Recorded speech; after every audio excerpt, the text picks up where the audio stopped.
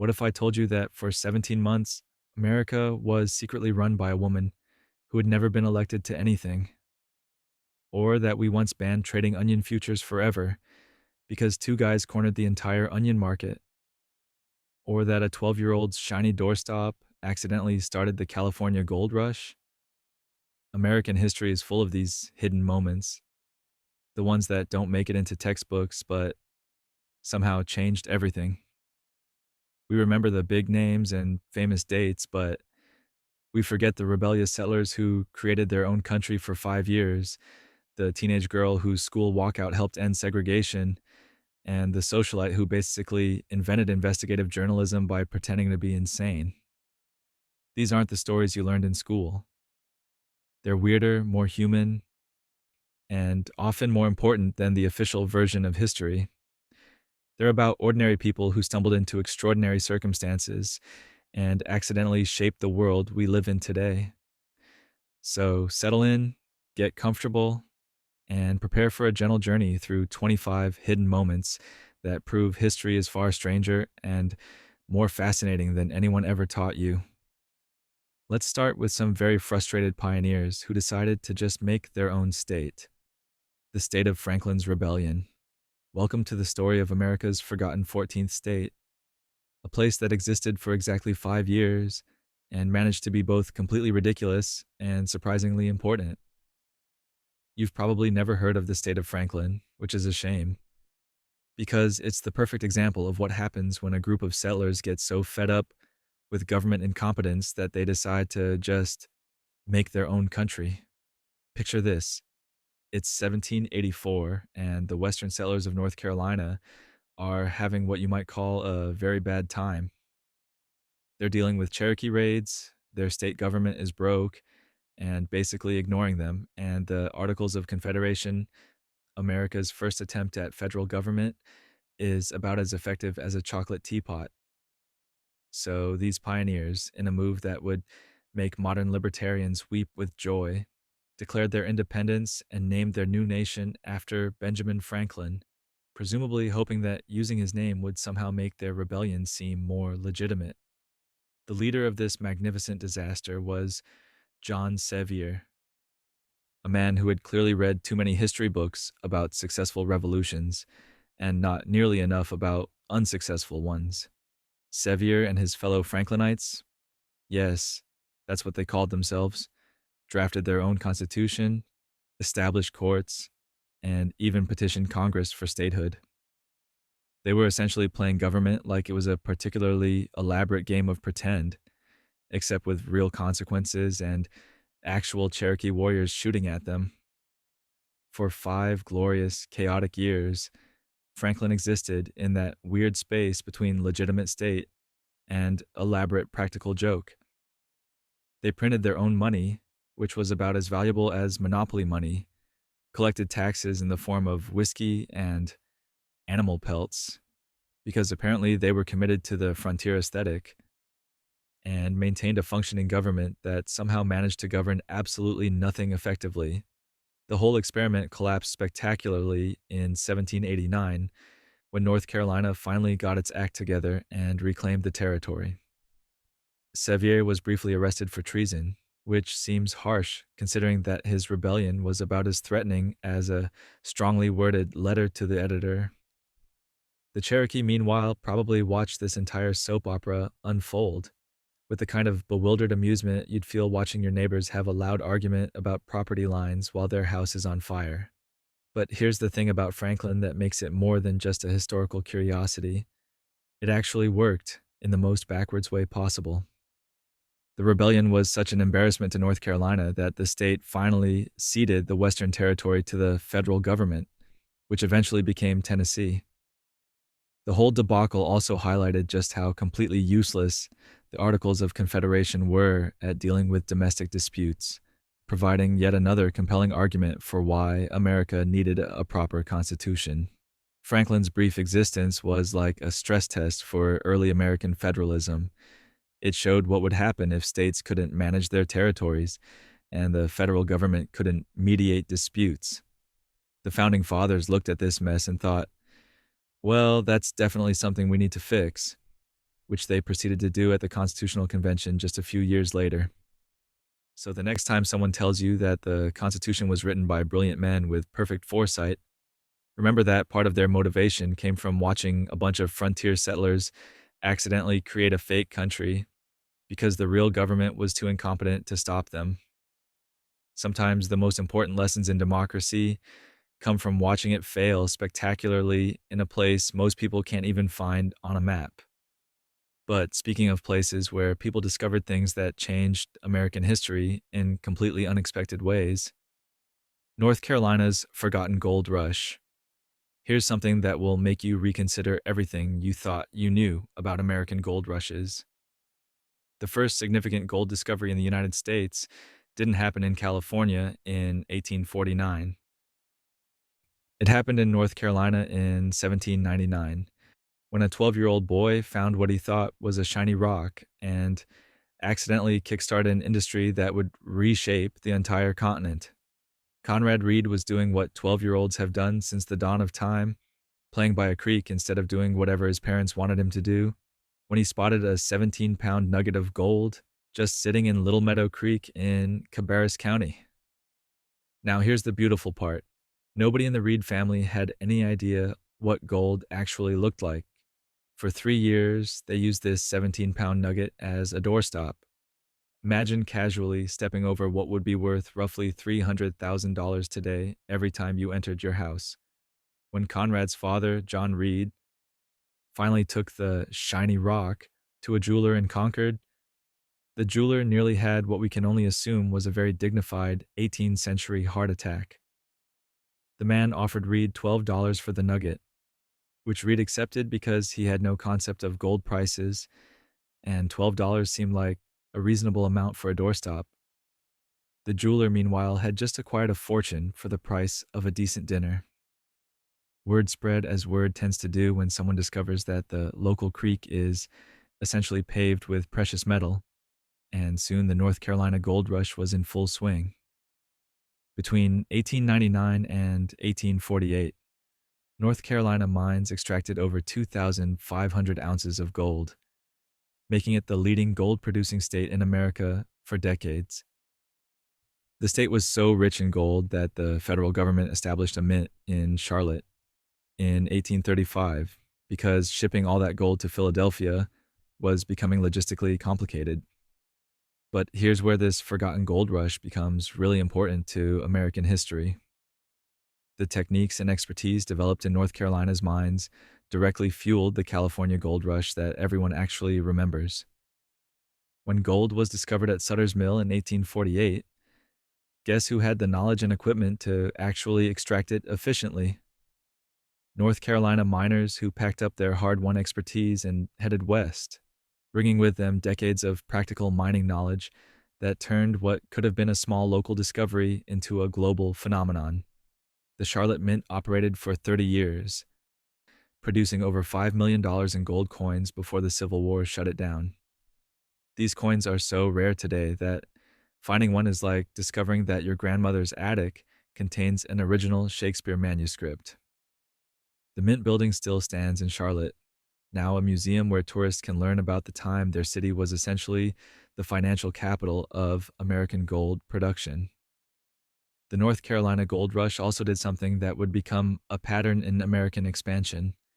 It displaced Cherokee communities who had been living on gold-bearing land for generations.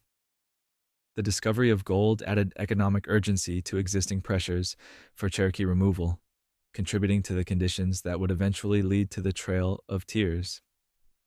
It's a reminder that every gold rush story has multiple perspectives, and the one that gets remembered isn't always the one that tells the whole truth. By the time the California gold rush captured the national imagination, North Carolina's mines were already playing out, and the state's moment as America's gold capital was ending. But those 50 years of mining had trained a generation of prospectors and established mining techniques that would be essential to developing the American West. Sometimes the most important chapters in American history are the ones that get overshadowed by bigger, louder events that happened later. North Carolina's gold rush was the opening act that made the main show possible. proof that even 12-year-olds with good timing can accidentally change the course of a continent. But speaking of times when ordinary Americans found themselves caught up in much larger historical forces beyond their control, Chinese exclusion resistance. Here's a story about civil disobedience that might surprise you. In the 1880s and 90s, Chinese immigrants staged one of the most successful acts of mass resistance to federal law in American history, and they did it so quietly that most people never noticed it was happening. The Chinese Exclusion Act of 1882 was America's first law to exclude an entire ethnic group from immigration, and it was exactly as awful as it sounds. The law banned Chinese laborers from entering the United States and prohibited Chinese immigrants already in America from becoming citizens. But here's where it gets even more appalling. The Geary Act of 1892 went further, requiring all Chinese residents to carry certificates of residence at all times or face deportation. Imagine being told that you had to carry papers proving your right to exist in the only home you'd known for decades, and you'll start to understand why the Chinese community was less than enthusiastic about compliance. The Chinese response to these laws was masterful in its simplicity. They just didn't follow them. When registration for the certificates opened, Chinese community leaders organized a coordinated refusal to comply. Of the estimated 100,000 Chinese residents required to register, only about 3% actually did so. This wasn't scattered individual resistance, this was organized civil disobedience on a massive scale, planned and executed with the kind of precision that would make modern protest organizers envious. The federal government found itself in the embarrassing position of having to arrest and deport roughly 97,000 people, which was both logistically impossible and politically disastrous. Chinese community organizations, working with sympathetic lawyers, immediately began filing lawsuits challenging the constitutionality of mass deportations.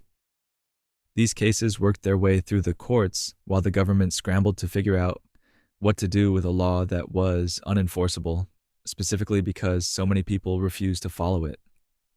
The strategy worked brilliantly. In Wong Wing versus United States in 1896, the Supreme Court ruled that the government couldn't imprison people awaiting deportation without due process, effectively gutting the enforcement mechanism of the Geary Act. Other court cases established that Chinese Americans couldn't be subjected to cruel and unusual punishment solely for failing to register. The mass resistance had forced the legal system to confront the constitutional problems with the exclusion laws, creating precedents that would limit their enforcement for decades. This resistance campaign was particularly remarkable because it happened during a period of intense anti-Chinese sentiment in American society. Chinese immigrants were facing not just legal discrimination, but actual violence.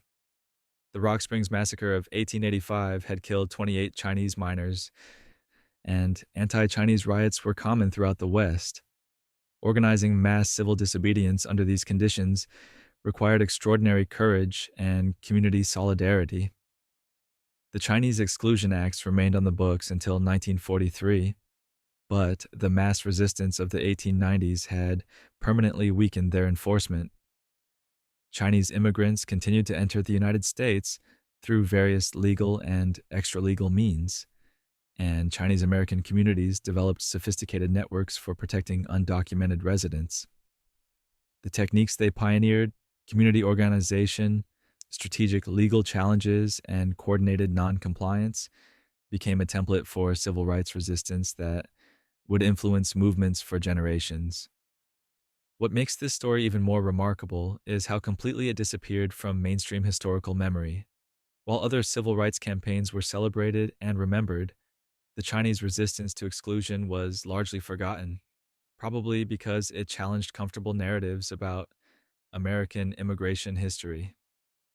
It's easier to remember immigration as a story of grateful newcomers than as a story of resilient communities fighting discriminatory laws. The Chinese exclusion resistance proved that unjust laws could be made unenforceable through organized non-compliance. decades before this strategy became associated with the civil rights movements of the 20th century. Sometimes the most effective way to change history is to simply refuse to cooperate with it, especially when, cooperation seems like the safer choice. And speaking of times when working people discovered that sometimes you have to fight for basic dignity, West Virginia Coal Wars. Let me tell you about the largest armed insurrection in the United States since the Civil War, which happened in West Virginia in 1921 and somehow never made it into most high school history textbooks.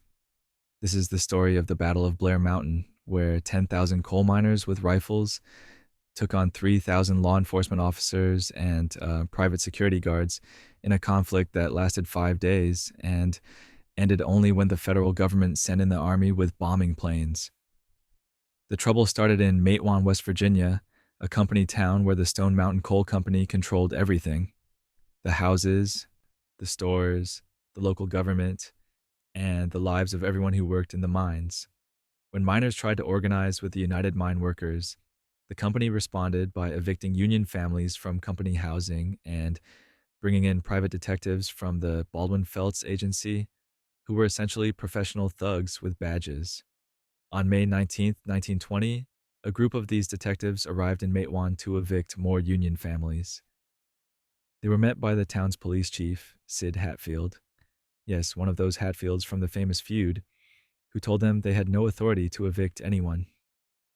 The confrontation escalated quickly, and within minutes, 10 men were dead in the streets of Matewan, including 7 Baldwin-Felts detectives and the town's mayor.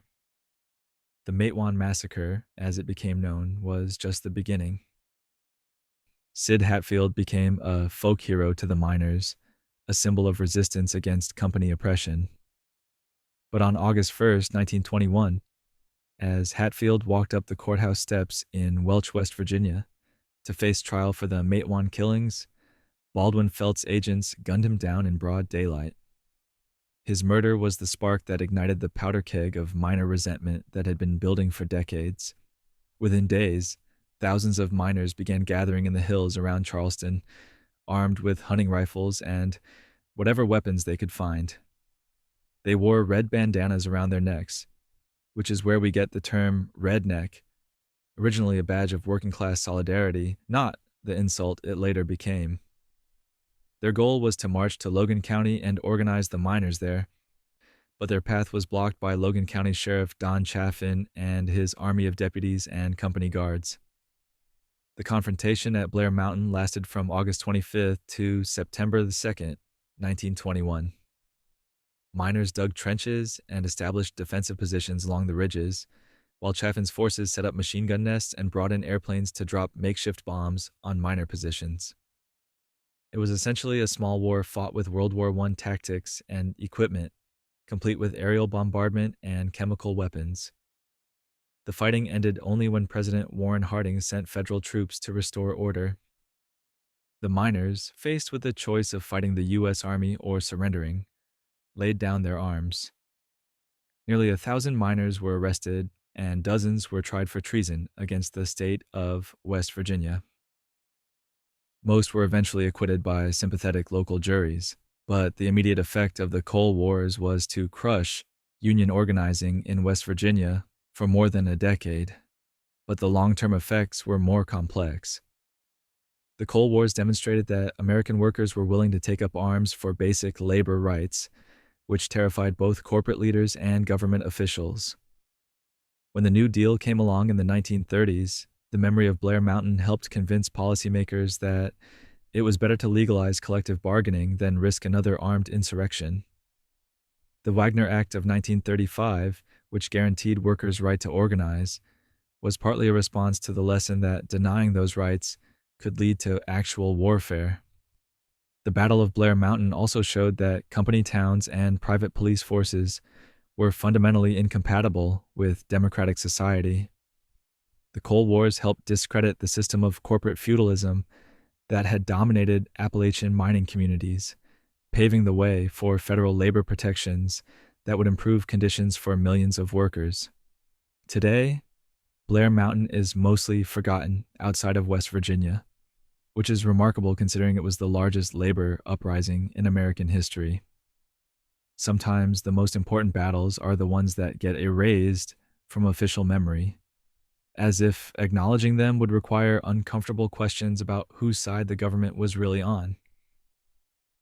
But speaking of government policies that had deadly unintended consequences,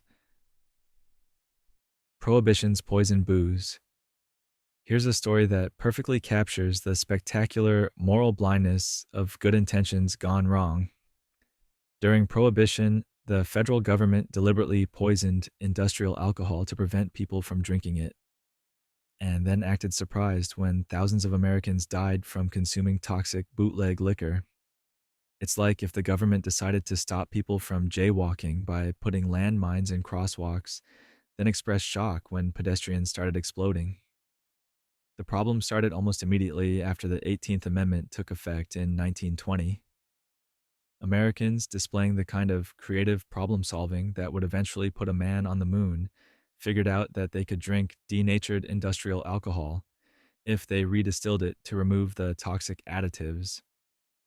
Bootleggers set up operations to wash industrial alcohol and sell it as drinking liquor, creating a thriving black market that made a mockery of federal enforcement efforts. The Treasury Department's response to this challenge was to make industrial alcohol so poisonous that no amount of redistillation could make it safe to drink. Starting in 1926, they began requiring manufacturers to add increasingly deadly chemicals to denatured alcohol, not just the traditional methanol, but also benzene, cadmium, zinc, mercury salts, and acetone. They were essentially turning every barrel of industrial alcohol into a potential weapon of mass destruction, then distributing it throughout the economy. But here's the thing about desperate people trying to get drunk during Prohibition. They're not usually conducting sophisticated chemical analyses before consuming questionable liquor. Bootleggers continued to redistill poisoned alcohol and sell it to customers who had no idea they were playing Russian roulette with every sip. The government knew this would happen and did it anyway, apparently operating under the theory that a few thousand dead Americans was an acceptable price for discouraging drinking. The death toll was staggering. By some estimates, more than 10,000 people died from drinking poisoned alcohol during Prohibition, with many more suffering permanent blindness, kidney damage, and other health problems. The Christmas holidays were particularly deadly. In 1928, New York City alone recorded 68 deaths from poisoned alcohol between Christmas Eve and New Year's Day. Families would gather to celebrate, share a bottle of bootleg liquor, and wake up to find their relatives dead or dying. Wayne Wheeler, the general counsel of the Anti-Saloon League and one of the architects of Prohibition, actually defended the poisoning program when confronted with evidence of its deadly effects. When asked about the deaths, he reportedly said, "The government is under no obligation to furnish the people with alcohol that is drinkable when the Constitution prohibits it." It's a quote that perfectly captures the kind of bureaucratic sociopathy that can flourish when moral crusades meet government power. The poisoning program became increasingly controversial as the death toll mounted and the press began covering the story. Medical professionals, religious leaders, and even some prohibitionists began questioning whether preventing drinking was worth literally murdering people. Charles Norris, the chief medical examiner of New York City, called the federal poisoning program our national experiment in extermination, and documented case after case of alcohol poisoning deaths that could be directly traced to government-mandated additives. Public outrage over the poisoned alcohol scandal was one of the factors that contributed to growing opposition to Prohibition. Americans began to understand that the 18th Amendment wasn't just ineffective, it was actually making the country more dangerous by creating a black market controlled by criminals and a federal enforcement apparatus willing to poison its own citizens. The revelation that the government was deliberately creating deadly alcohol helped discredit the entire prohibitionist movement.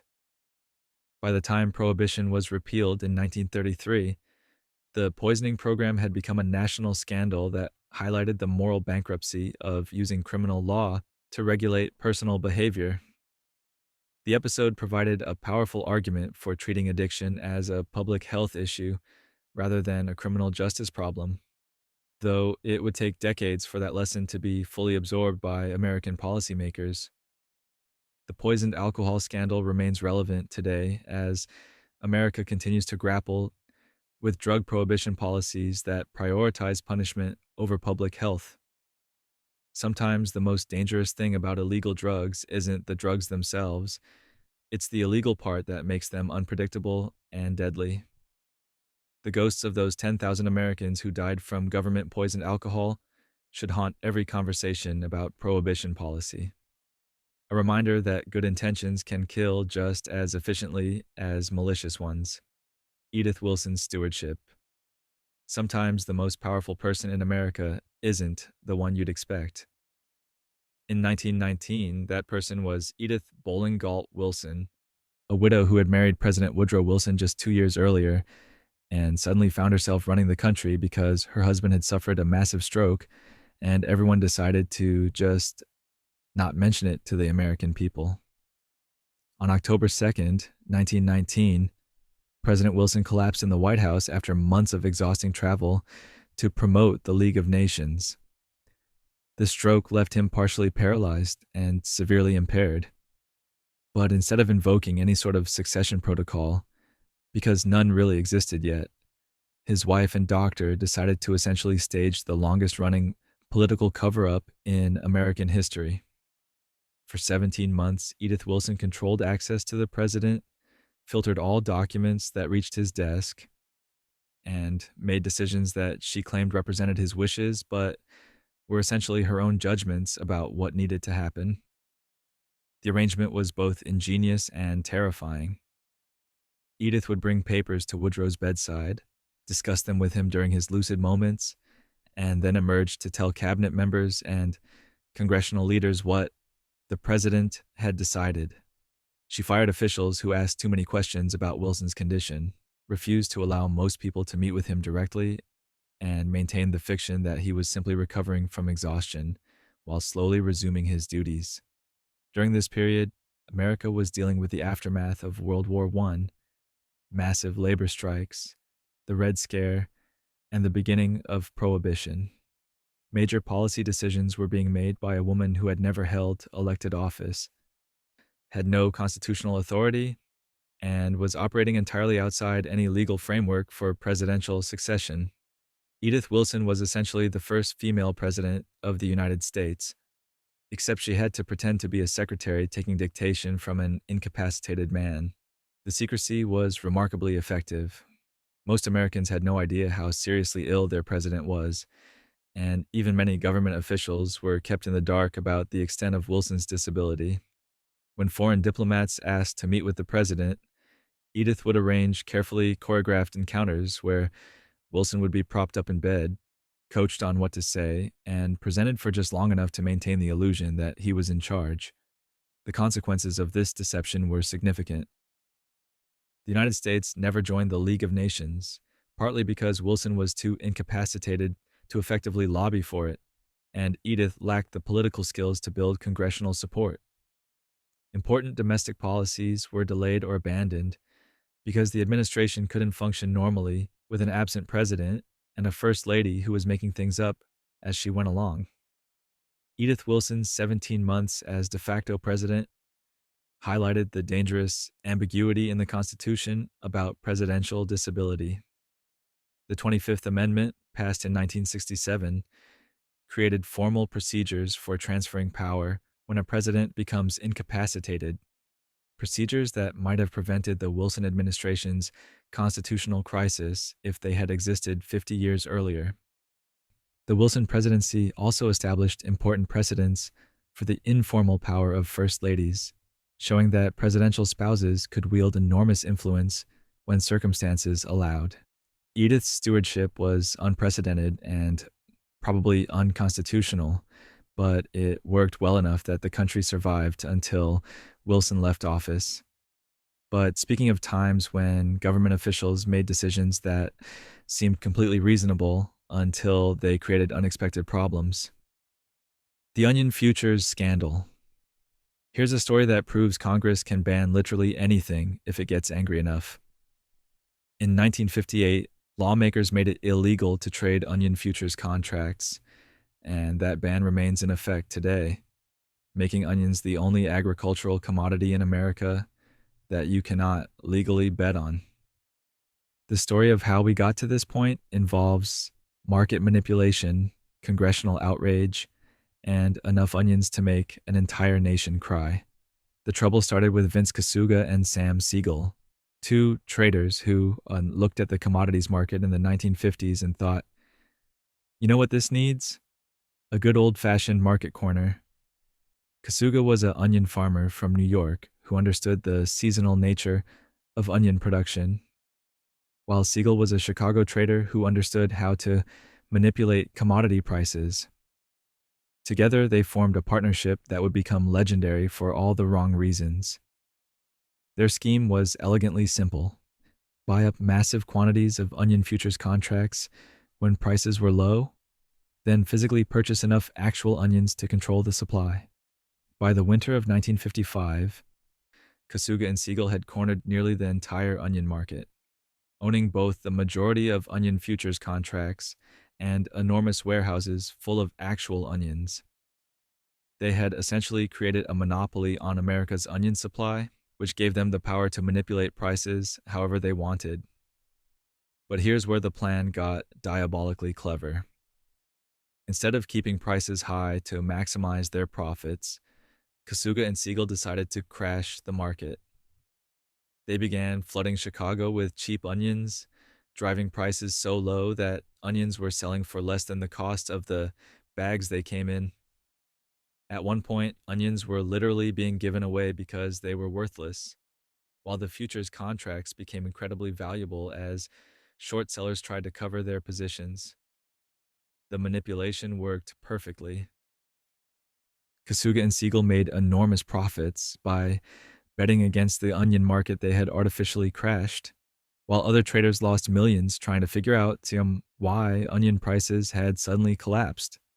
The scheme was technically legal under commodity trading rules of the time, but it was so blatantly manipulative that it drew attention from both regulators and Congress. Congressional hearings revealed the full scope of the market manipulation, and lawmakers were not amused. Representative Leonard Schenck of Ohio introduced legislation to ban onion futures trading entirely, arguing that the market was too easily manipulated to serve any legitimate economic purpose.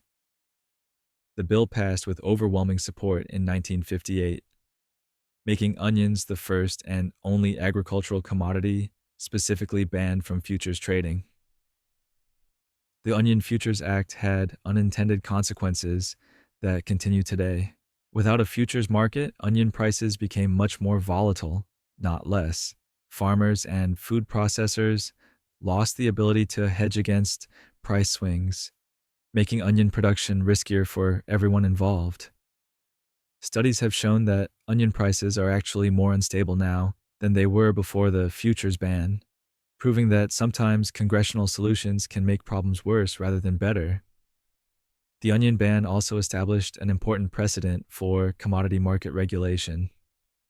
The Commodity Exchange Act was strengthened in response to the onion scandal, creating new rules to prevent market manipulation and protect investors from schemes like Kasuga and Siegel's.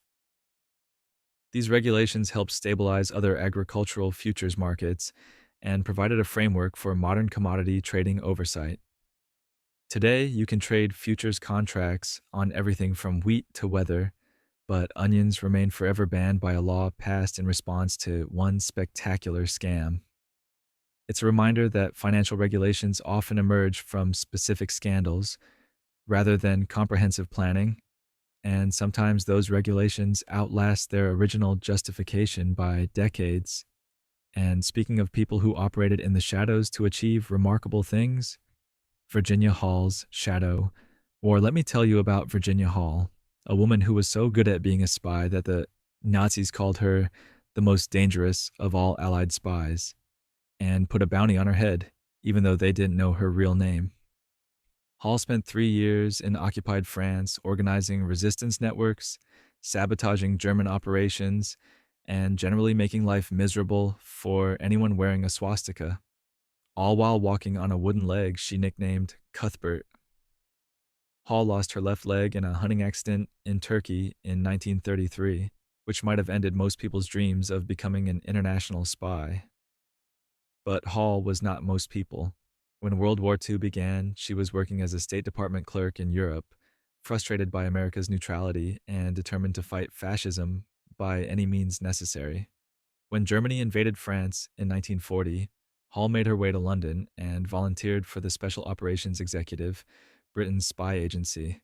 In August 1941, Hall was dropped into Vichy, France, under the cover of being a correspondent for the New York Post, which was actually true. She really was filing newspaper stories while simultaneously organizing resistance cells. Her wooden leg, which might have been a liability for most covert operations, actually became part of her cover. German soldiers got used to seeing the American journalist with a limp hobbling around Lyon, never suspecting that she was coordinating sabotage operations and escape routes for downed Allied pilots. Hall's network in Lyon became one of the most effective resistance operations in occupied Europe. She organized supply drops, coordinated communications between resistance groups, and arranged safe houses for agents and escaped prisoners of war. Her reports to London were so detailed and valuable that they helped plan major Allied operations, including preparations for D-Day. She was essentially running a one-woman intelligence service while pretending to be a harmless American reporter. When the Germans began closing in on her network in 1942, Hall had to escape across the Pyrenees Mountains into Spain, a grueling journey that took her through snow-covered mountain passes while walking on her wooden leg. She sent a message to London saying that Cuthbert was giving her trouble, prompting a concerned response asking if they could help with her companion. Hall replied that Cuthbert was her wooden leg and she hoped to be rid of him soon, which is possibly the most understated way anyone has ever described fleeing Nazi-occupied territory. After America entered the war, Hall transferred to the Office of Strategic Services, the predecessor to the CIA, and returned to France in 1944 as a radio operator. This time, she disguised herself as a French peasant woman, dyeing her hair gray and learning to walk differently to hide her limp. Her new cover was so effective that even former resistance contacts didn't recognize her when she contacted them to rebuild her networks. Hall's second mission in France was even more dangerous than her first. Working in the mountains of central France, she coordinated with local resistance fighters to sabotage German communications, destroy transportation infrastructure, and gather intelligence on German troop movements. Her reports helped coordinate airstrikes and ground operations that significantly disrupted German defensive preparations as Allied forces advanced inland from Normandy. By the end of the war, Hall's networks had been responsible for destroying bridges, derailing trains, cutting telephone lines, and providing intelligence that shortened the war by months. The Gestapo had figured out that someone codenamed Artemis was causing enormous damage to their operations, but they never identified her or captured her, despite posting wanted posters and offering substantial rewards for her capture. After the war, Hall became one of the first female operations officers in the CIA, though her subsequent career was largely classified until recent decades. Her wartime service demonstrated that intelligence work required not just bravery, but adaptability, creativity, and the ability to blend into local populations while coordinating complex operations. But speaking of decisions that changed the course of the Cold War, Truman dumps Wallace. Sometimes the most important moments in history happen in hotel rooms where nobody's taking notes. In July 1944, Harry Truman accepted the Democratic vice presidential nomination in a decision that would reshape American foreign policy for the next 50 years and determine whether the United States would try to cooperate with the Soviet Union or contain it. The choice came down to Truman versus Henry Wallace, and the man who made the final decision was a party boss who probably had no idea he was choosing the future of the Cold War. Henry Wallace was Franklin Roosevelt's vice president and the heir apparent to New Deal liberalism. He believed in international cooperation, economic justice, and finding ways for America and the Soviet Union to work together in the post-war world. Wallace had served as Secretary of Agriculture and Vice President, and he was popular with labor unions, civil rights advocates, and progressive Democrats who saw him as Roosevelt's natural successor. But Wallace had a problem. Party bosses thought he was too liberal, too sympathetic to the Soviet Union, and too unrealistic about post-war politics. They wanted someone more moderate, more reliable, and more acceptable to conservative Democrats who were already nervous about Roosevelt's New Deal policies. Enter Harry Truman, a relatively unknown senator from Missouri who had gained attention for investigating wartime profiteering, but hadn't taken strong positions on most controversial issues.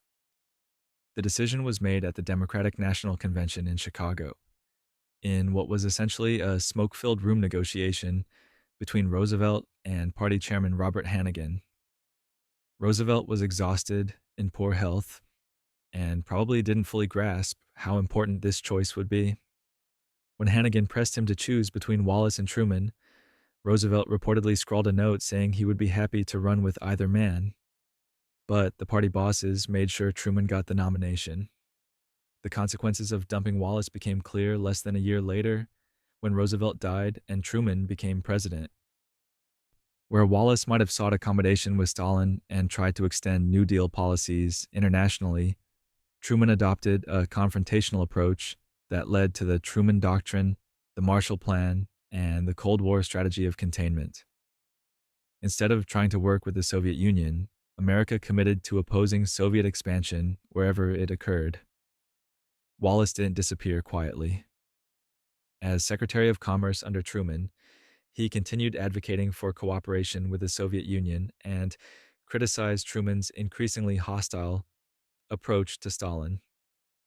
In September 1946, Wallace gave a speech arguing that America should try to understand Soviet concerns and work toward peaceful coexistence rather than military confrontation. Truman fired him the next day. Wallace's dismissal marked the end of the Roosevelt coalition's left wing and the beginning of the Cold War liberal establishment. Progressive Democrats who had hoped for continued reform and international cooperation found themselves marginalized by a party that was increasingly focused on containing communism and supporting military spending. The New Deal's international vision was replaced by what would become the national security state. In 1948, Wallace ran for president on the Progressive Party ticket, advocating for civil rights, economic equality, and peaceful coexistence with the Soviet Union. He was attacked as a communist sympathizer and received only 2% of the vote, but his campaign highlighted how far the Democratic Party had moved away from its wartime liberalism. The man who might have been president was reduced to a marginal figure in American politics. The Truman-Wallace split established the template for post-war American foreign policy: confrontation rather than cooperation, military strength rather than diplomatic engagement, and alliance building rather than international organization. NATO, the nuclear arms race, and decades of proxy wars all flowed from the decision to replace Wallace with Truman in 1944. But speaking of massive changes that reshaped American society, the Great Migration begins. Picture 6 million people deciding simultaneously that they'd rather face the unknown dangers of northern cities than continue living with the known horrors of Jim Crow segregation, and you'll begin to understand the scale of what historians call the Great Migration. Starting around 1915 and continuing through 1970, this massive movement of African Americans from the rural South to the urban North fundamentally transformed American society, culture, and politics in ways we're still processing today.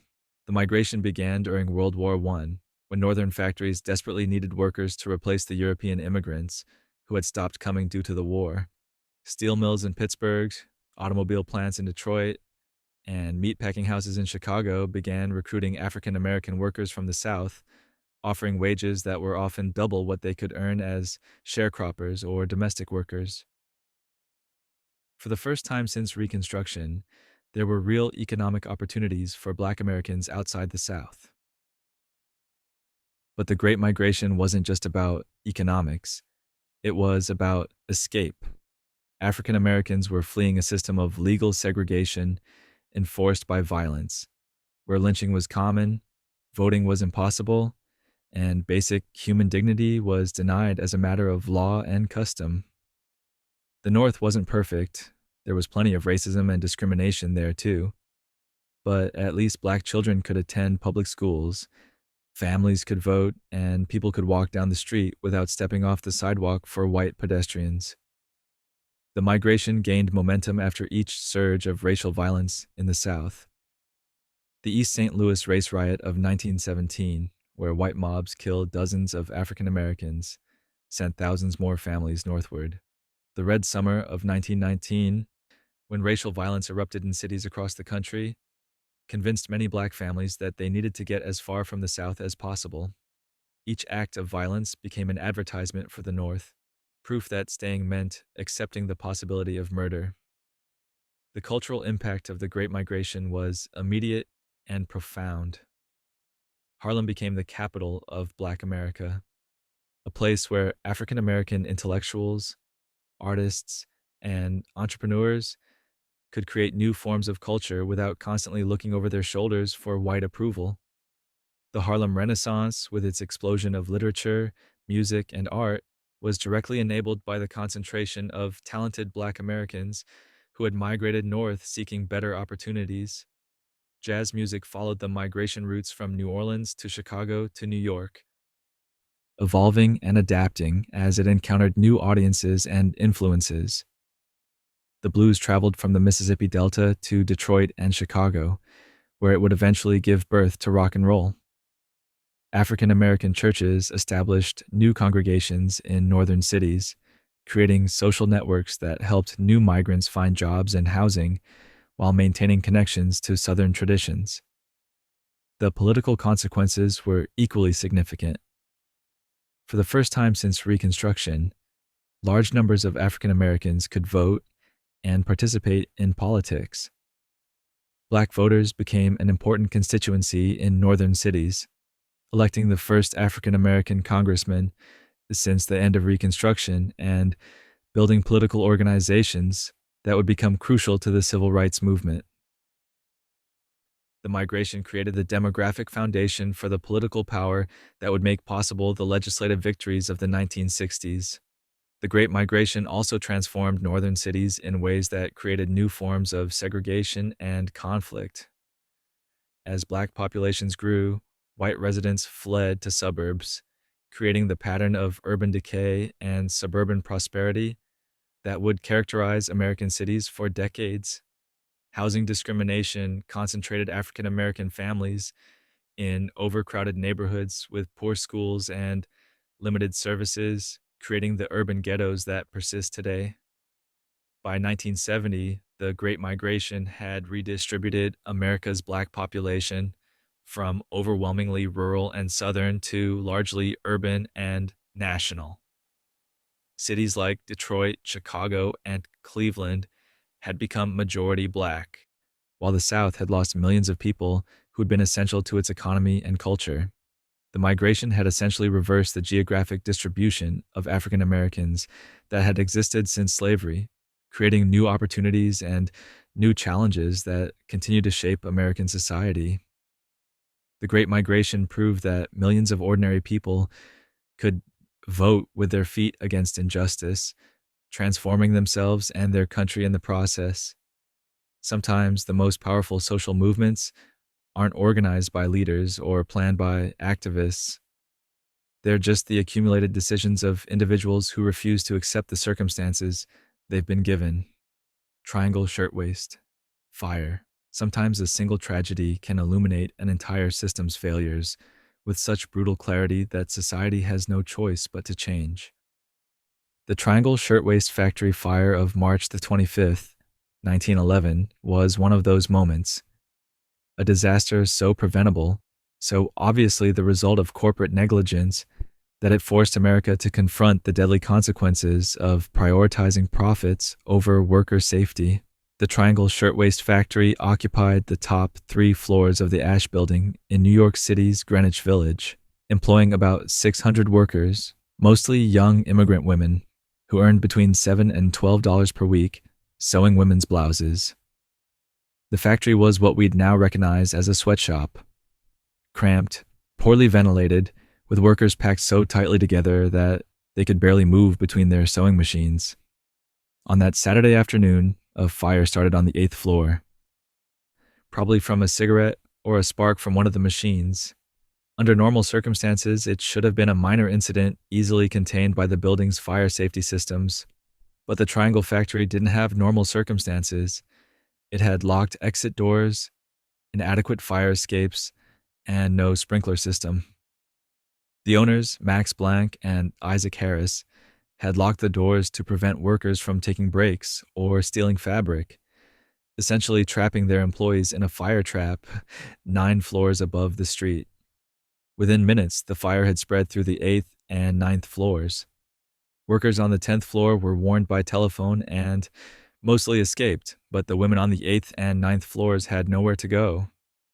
The fire escape collapsed under the weight of fleeing workers, the elevators stopped working, and the only unlocked stairway quickly became impassable due to smoke and flames. What happened next was a horror that witnesses would remember for the rest of their lives. With no way to escape the flames, workers began jumping from the 8th and 9th floor windows, preferring a quick death on the sidewalk to burning alive in the factory. The fire department's ladders only reached the 7th floor, and their safety nets weren't strong enough to catch people falling from such heights. 146 workers died that day, most of them young women between 14 and 23 years old. The public outrage was immediate and overwhelming. The sight of young women jumping to their deaths because their employers had locked them in their workplace shocked even a society accustomed to industrial accidents.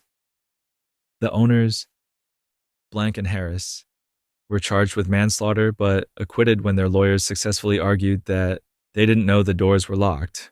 However, they were later found liable in civil court and forced to pay $75 per victim in damages, less than most of the workers earned in 2 months. The Triangle Fire became a rallying cry for labor reform and workplace safety legislation. Francis Perkins, who witnessed the fire and later became Secretary of Labor under Franklin Roosevelt, called it the day the New Deal was born. The fire led directly to dozens of new laws regulating factory safety, building codes, and workers' compensation. New York created the Factory Investigating Commission, which conducted extensive hearings and recommended comprehensive reforms to protect workers. The legacy of the Triangle Fire extended far beyond New York. The disaster became a symbol of the need for federal labor protections, contributing to the creation of what would eventually become the Occupational Safety and Health Administration. The 146 workers who died in that factory became martyrs to the cause of workplace safety, their deaths forcing America to acknowledge that some things are more important than maximizing profits. But speaking of works that provided comfort during times of national trauma, Khalil Gibran's Prophet Release. In 1923, a Lebanese-American poet published a slim volume of philosophical musings that would become one of the best-selling books in American history, offering spiritual comfort to generations of readers seeking meaning in an increasingly complex world. Khalil Gibran's The Prophet emerged from the artist's small apartment in Greenwich Village to become a cultural phenomenon that would sell over 9 million copies and be translated into more than 50 languages. Gibran had been working on The Prophet for nearly a decade, crafting 26 prose poems that addressed universal themes of love, marriage, work, death, and spiritual growth. The book tells the story of Al-Mustafa, a prophet who has lived in exile on an island for 12 years and is finally departing for his homeland. Before he leaves, the people of the city ask him to share his wisdom on the fundamental questions of human existence. What made The Prophet unique was its blend of Eastern mysticism and Western romanticism, presented in accessible language that spoke to readers regardless of their religious background. Gibran drew from his Lebanese Christian heritage, his study of Islamic poetry, and his exposure to American transcendentalism to create a work that felt both ancient and contemporary. The book offered spiritual guidance without requiring adherence to any particular faith tradition. The timing of the book's publication was perfect for its eventual success. Released during the Roaring Twenties, when traditional religious authority was being questioned and American society was grappling with rapid social change, The Prophet provided a kind of secular spirituality that appealed to readers seeking meaning outside conventional religious frameworks. The book's emphasis on individual spiritual growth and universal love resonated with Americans who were becoming more cosmopolitan and less tied to traditional communities. But The Prophet truly found its audience during the Great Depression and World War II, when millions of Americans were struggling with economic hardship and existential uncertainty. Gibran's gentle wisdom about enduring suffering and finding meaning in adversity provided comfort to readers who were facing unprecedented challenges. The book became a source of solace during times when traditional institutions seemed inadequate to address the scale of human suffering. The book's popularity exploded during the 1960s counterculture movement, when young Americans embraced Gibran's messages about love, freedom, and spiritual seeking. The Prophet became required reading for hippies and spiritual seekers who were rejecting conventional American values in favor of more universal forms of wisdom. The book's passages on love and marriage became popular at weddings, while its reflections on death provided comfort at funerals. What made The Prophet enduringly popular was its ability to provide profound-sounding answers to fundamental questions without requiring readers to commit to any particular worldview. Gibran's aphorisms could be interpreted in multiple ways, allowing readers to find whatever meaning they needed at different points in their lives. The book functioned as a kind of secular scripture for Americans who wanted spiritual guidance without religious doctrine. The commercial success of The Prophet helped establish the market for inspirational and self-help literature that would become a major publishing category. Gibran's blend of poetry, philosophy, and practical wisdom created a template that countless later authors would follow, from Dale Carnegie to Deepak Chopra. The book proved that Americans had an enormous appetite for accessible spiritual wisdom, regardless of its cultural origins. Critics have sometimes dismissed The Prophet as superficial or overly sentimental, but its enduring popularity suggests that it fulfills a genuine need for meaning and comfort in American culture. The book's success demonstrated that immigration could enrich American literature by bringing new forms of wisdom and expression to a nation that was still defining its cultural identity. And speaking of people who understood how to provide practical help during times of crisis, Harry Hopkins' New Deal relief. When Franklin Roosevelt needed someone to put millions of unemployed Americans back to work during the Great Depression, he turned to a skinny social worker from Iowa who had never held a major government position, but understood that in a crisis, speed matters more than bureaucratic perfection. Harry Hopkins became the architect of federal relief programs that would fundamentally change the relationship between American citizens and their government, proving that sometimes the best way to help people is just to give them money and get out of the way. Hopkins had been running New York's Temporary Emergency Relief Administration when Roosevelt became governor, and FDR was impressed by Hopkins's ability to distribute aid quickly and efficiently without getting bogged down in red tape. When Roosevelt became president and faced an unemployment rate of 25%, he brought Hopkins to Washington and told him to figure out how to keep people from starving while the economy recovered. Hopkins's approach was revolutionary in its simplicity. Identify people who needed help, give them work or money, and worry about the bureaucratic details later. Within 2 hours of being appointed to run the Federal Emergency Relief Administration in May 1933, Hopkins had approved grants to Colorado, Georgia, Illinois, Iowa, Michigan, and Ohio. By the end of his first day, he had distributed over $5 million in relief funds. This was government moving at a speed that had never been seen before in American history.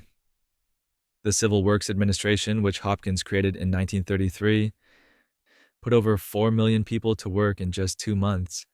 These weren't make-work projects designed to keep people busy. They were real jobs building roads, schools, airports, and public facilities that communities actually needed. Hopkins understood that unemployed people wanted to work for their money, not just receive charity. So he created programs that preserved dignity while providing essential income. Hopkins's philosophy was summed up in his famous statement, "Hunger is not debatable." He believed that when people were starving, the government's job was to feed them immediately, not to conduct lengthy investigations into whether they deserved help. This approach horrified conservatives who worried about creating dependency, but it probably prevented the kind of social unrest that was destabilizing governments across Europe during the same period. The Works Progress Administration, Hopkins' largest program, employed over 8 million people between 1935 and 1943. WPA workers built over 600,000 miles of roads, 125,000 public buildings, and 75,000 bridges. They also employed artists, writers, and musicians through federal arts projects that preserved American culture during the Depression. Hopkins believed that creative work was as essential as physical construction. Hopkins's relief programs faced constant political attacks from Republicans who argued that federal aid would undermine American work ethic and create permanent dependence on government. Hopkins responded by pointing to the millions of Americans who had found jobs through his programs and the infrastructure improvements that benefited entire communities. He understood that the best defense of social programs was demonstrable results. The speed and scale of Hopkins's relief efforts established important precedents for federal disaster response and social welfare programs. His approach proved that government could respond quickly to economic crises without sacrificing effectiveness, laying the groundwork for unemployment insurance, Social Security, and other New Deal programs that became permanent features of American society. Hopkins also understood that relief programs needed to be temporary solutions to extraordinary circumstances, not permanent features of the economy. As World War II created new job opportunities, he scaled back relief programs and focused on defense production. His legacy was not just the millions of people he helped during the Depression, but the demonstration that effective government could make the difference between social stability and collapse. But speaking of young people who refuse to accept the status quo, Barbara John's school walkout. Sometimes the most important revolutions begin with a 16-year-old girl who gets tired of being treated as less than human. Barbara Rose Johns was a junior at Robert Russa Moton High School in Prince Edward County, Virginia, when she decided that enough was enough with the separate but equal fiction that kept Black students in overcrowded, under-resourced schools, while white students enjoyed modern facilities just miles away. Moton High School in 1951 was everything that was wrong with segregated education. The building, designed to house 180 students, was packed with over 450. There were no gymnasium, no cafeteria, no auditorium, and no science laboratories. When the school needed more space, the county provided tar paper shacks that leaked when it rained and were impossible to heat in winter. Meanwhile, the white high school in nearby Farmville had been recently renovated with modern facilities and served fewer students than Moton was supposed to accommodate. Johns had been watching these inequalities for years, but the final straw came when the county announced plans to build another set of temporary buildings instead of constructing a proper high school for black students. She realized that Prince Edward County would never voluntarily provide equal education for black children. The system was designed to maintain inequality, not fix it. So she began planning something that would force the issue. On April 23, 1951, Johns organized what would become one of the most significant student protests in American history. She convinced a friend to call the school principal, claiming there was a student emergency, getting him out of the building. Then she forged his signature on slips of paper, requesting all teachers to bring their students to the auditorium for a special assembly. Once the entire student body was gathered, John stood up and announced that they were going on strike until the county provided them with a proper school building. The walkout was completely student-led and caught even civil rights organizations by surprise. Johns and her fellow students had organized the protest without adult supervision, showing a level of political sophistication that impressed even experienced activists. The students created picket lines, organized community meetings, and maintained their strike for 2 weeks while demanding educational equality. Johns contacted the NSCP for legal assistance, but the civil rights lawyers who came to Prince Edward County had a different strategy in mind. Rather than suing for equal facilities within the segregated system, they decided to challenge segregation itself. The case that emerged from Johns' student strike became Davis versus County School Board of Prince Edward County, one of the 5 cases that were consolidated into Brown versus Board of Education. The Supreme Court's decision in Brown versus Board in 1954 cited the Prince Edward County case as evidence that segregated education was inherently unequal. Johns' walkout had provided crucial evidence that separate schools could never be equal because the system was designed to maintain white supremacy rather than educate all children effectively.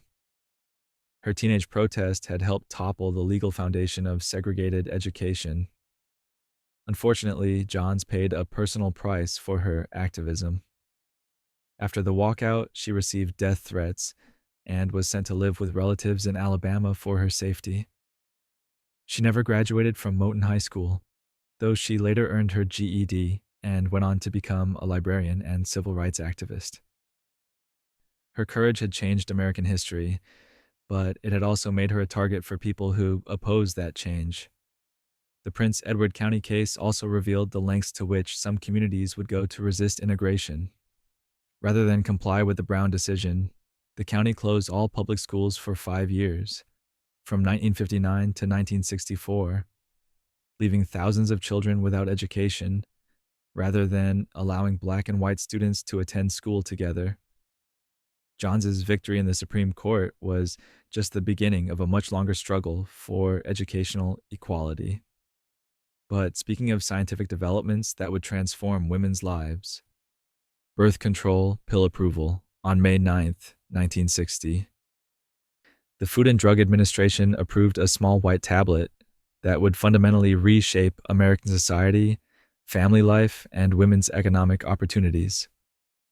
The birth control pill, officially called Innovid, gave women unprecedented control over their reproductive lives for the first time in human history, setting off social changes that are still reverberating through American culture more than 60 years later.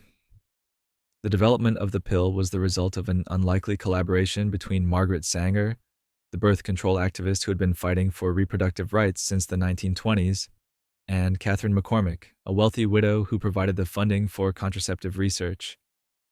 Sanger had long dreamed of a birth control method that would be completely under women's control, while McCormick had the resources to make that dream a reality. The scientific breakthrough came from Gregory Pincus, a biologist who had been experimenting with synthetic hormones that could prevent ovulation. Working with gynecologist John Rock, Pincus conducted clinical trials in Puerto Rico and Haiti, where he could test the contraceptive effects of synthetic progesterone without running afoul of laws that prohibited birth control research in many U.S. states. The trials proved that a daily hormone pill could prevent pregnancy with remarkable effectiveness. The FDA approval process was complicated by the fact that birth control was still illegal in many states and controversial throughout American society. Enovid was initially approved as a treatment for menstrual disorders, with contraception listed as a side effect. This regulatory fiction allowed doctors to prescribe the pill for birth control, while technically complying with laws that prohibited contraceptive devices. Within 2 years, over 1 million American women were taking Enovid for its side effects. The impact of the pill on American women was immediate and profound. For the first time in history, women could separate sexual activity from reproduction with near perfect reliability. This gave them new freedom to pursue education and careers without the constant risk of unplanned pregnancy. College attendance among women increased dramatically in the 1960s, as did women's participation in professional careers that had previously been difficult to maintain while raising children. The economic effects were equally significant. Women who could control when to have children could invest in their education and careers, leading to increased lifetime earnings and greater economic independence. The pill contributed to the narrowing of the gender wage gap and helped create the conditions for the women's liberation movement of the late 1960s and early 70s. The pill also changed American sexual culture in ways that went far beyond reproductive planning. The separation of sex from reproduction contributed to the sexual revolution of the 1960s, as young people could engage in sexual relationships without the fear of unplanned pregnancy that had previously enforced stricter social controls. This shift in sexual norms had profound effects on marriage, dating, and family formation. Religious and conservative opposition to the pill was immediate and continues today. The Catholic Church condemned artificial contraception in the encyclical Humanae Vitae in 1968, while conservative politicians and activists argued that easy access to birth control would undermine traditional family values. These debates foreshadowed many of the cultural conflicts that would define American politics for the next several decades. The legal framework established for birth control access also laid the groundwork for abortion rights. The Supreme Court's decision in Griswold v. Connecticut in 1965, which established a constitutional right to contraception, provided the legal precedent for Roe v. Wade in 1973.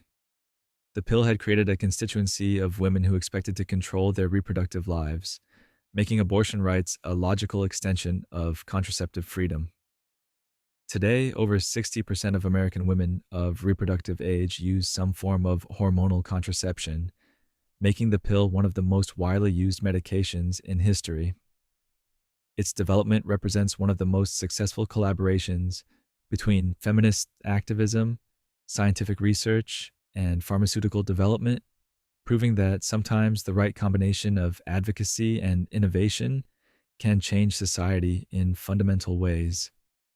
And speaking of unexpected alliances that advanced civil rights, Howard Smith's Sex Amendment. Sometimes the most important civil rights advances happen by accident, thanks to someone who was actually trying to do the opposite. In February 1964, Representative Howard Smith of Virginia stood on the floor of the House of Representatives and proposed adding the word sex to the Civil Rights Act, thinking he was delivering a killing blow to legislation he despised. Instead, he accidentally created the legal foundation for women's equality in the workplace, proving that even the most cynical political maneuvering can have unintended consequences that change history. Smith was a 70-year-old segregationist who had spent his entire political career fighting civil rights legislation. As chairman of the powerful House Rules Committee, he had blocked countless bills aimed at ending racial discrimination, and he saw the Civil Rights Act of 1964 as the culmination of everything he opposed. The bill would ban discrimination in employment, housing, and public accommodations based on race, color, religion, or national origin. But Smith noticed that it said nothing about sex discrimination. The amendment Smith proposed was meant to be a poison pill that would make the entire bill unpassable. His logic was simple. If Congress tried to ban sex discrimination in employment, traditional Southern Democrats and conservative Republicans would rebel against legislation that threatened established gender roles in the workplace. Southern society was built on the twin pillars of racial segregation and male supremacy, and Smith figured that threatening both simultaneously would create an unstoppable opposition coalition.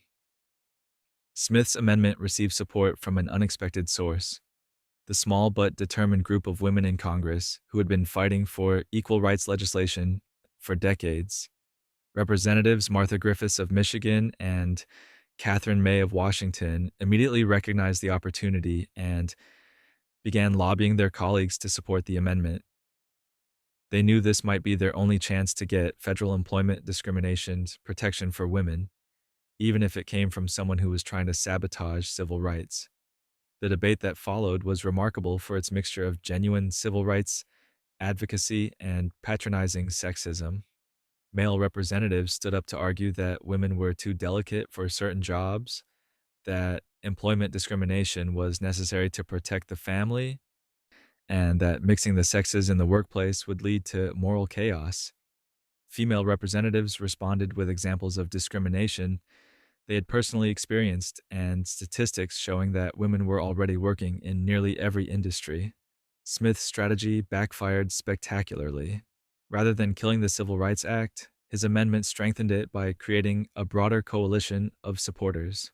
Women's rights advocates who had been lukewarm about racial civil rights suddenly had a stake in the legislation's passage, while civil rights supporters recognized that fighting discrimination required addressing all forms of inequality, not just racial bias. The amended bill passed the House in February 1964 by a vote of 290 to 130. The Senate initially tried to remove the sex discrimination provision, but a bipartisan group of women senators led by Margaret Chase Smith of Maine insisted that it remain. When President Lyndon Johnson signed the Civil Rights Act on July 2nd, 1964, it included protections against sex discrimination that would transform American workplaces.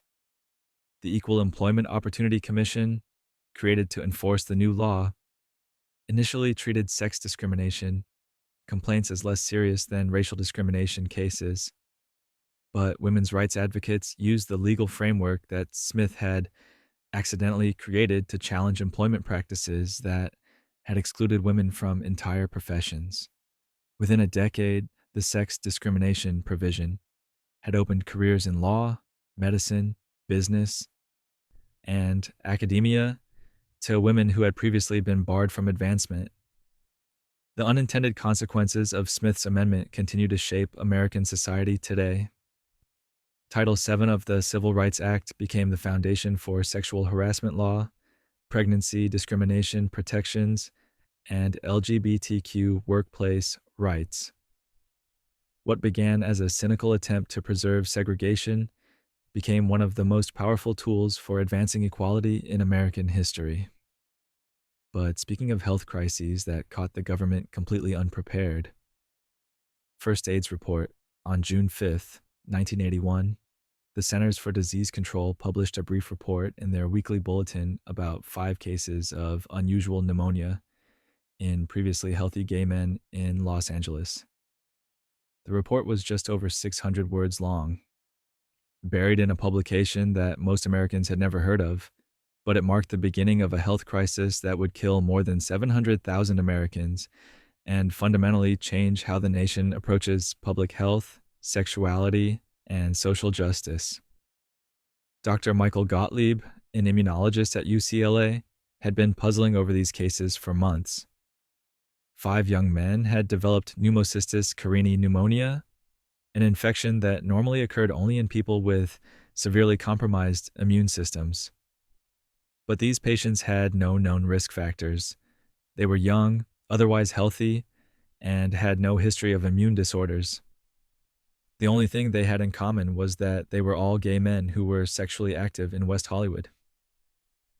The CDC report described the cases in clinical language that revealed nothing about the human tragedy unfolding in gay communities across the country. The patients were identified only by their symptoms and demographics, not as individuals with names, families, or dreams that were being cut short by a mysterious illness that doctors couldn't understand or treat. The medical establishment approached AIDS as an epidemiological puzzle, not as a crisis affecting real people who desperately needed help. Within months, similar cases were being reported in New York, San Francisco, and other cities with large gay populations. Doctors began seeing not just unusual pneumonia, but also Kaposi's sarcoma, a rare cancer that typically affected elderly Mediterranean men. Young gay men were developing diseases that normally took decades to emerge, suggesting that something was attacking their immune systems with unprecedented efficiency. The disease was initially called GIRID, gay-related immune deficiency, reflecting the medical community's assumption that it was somehow specific to homosexual men. This name was both scientifically inaccurate and socially devastating, as it reinforced stereotypes about gay men and suggested that their sexuality itself was pathological. The name also delayed recognition that the disease could affect anyone, including heterosexual men and women, children, and people who used intravenous drugs.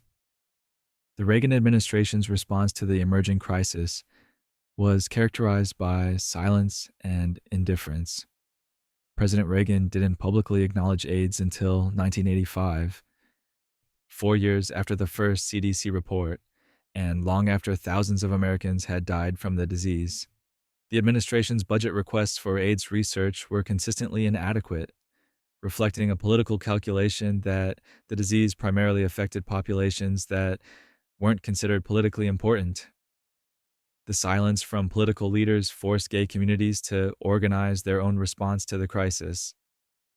Organizations like Gay Men's Health Crisis in New York and the AIDS Project Los Angeles became models for community-based health advocacy, providing services that the government was unwilling or unable to provide. These groups pioneered approaches to patient care, public education, and political advocacy that would influence health activism for decades. The AIDS crisis also revealed the limitations of American medicine when confronted with a completely new disease. Doctors had no treatments, no understanding of transmission, and no framework for thinking about an infectious disease that seemed to target specific populations. The medical community's initial response was often characterized by fear and prejudice rather than scientific rigor, with some hospitals refusing to treat AIDS patients and medical personnel refusing to provide care. The epidemic transformed gay political activism from a focus on civil rights to a matter of life and death. Groups like ACT UP used confrontational tactics to demand government action on AIDS research and treatment, pioneering forms of health activism that emphasize patient empowerment and scientific literacy. The slogan "Silence Us Death" captured the urgency of a community that understood it was fighting for survival. By the end of the 1980s, AIDS had become a global pandemic, affecting millions of people worldwide.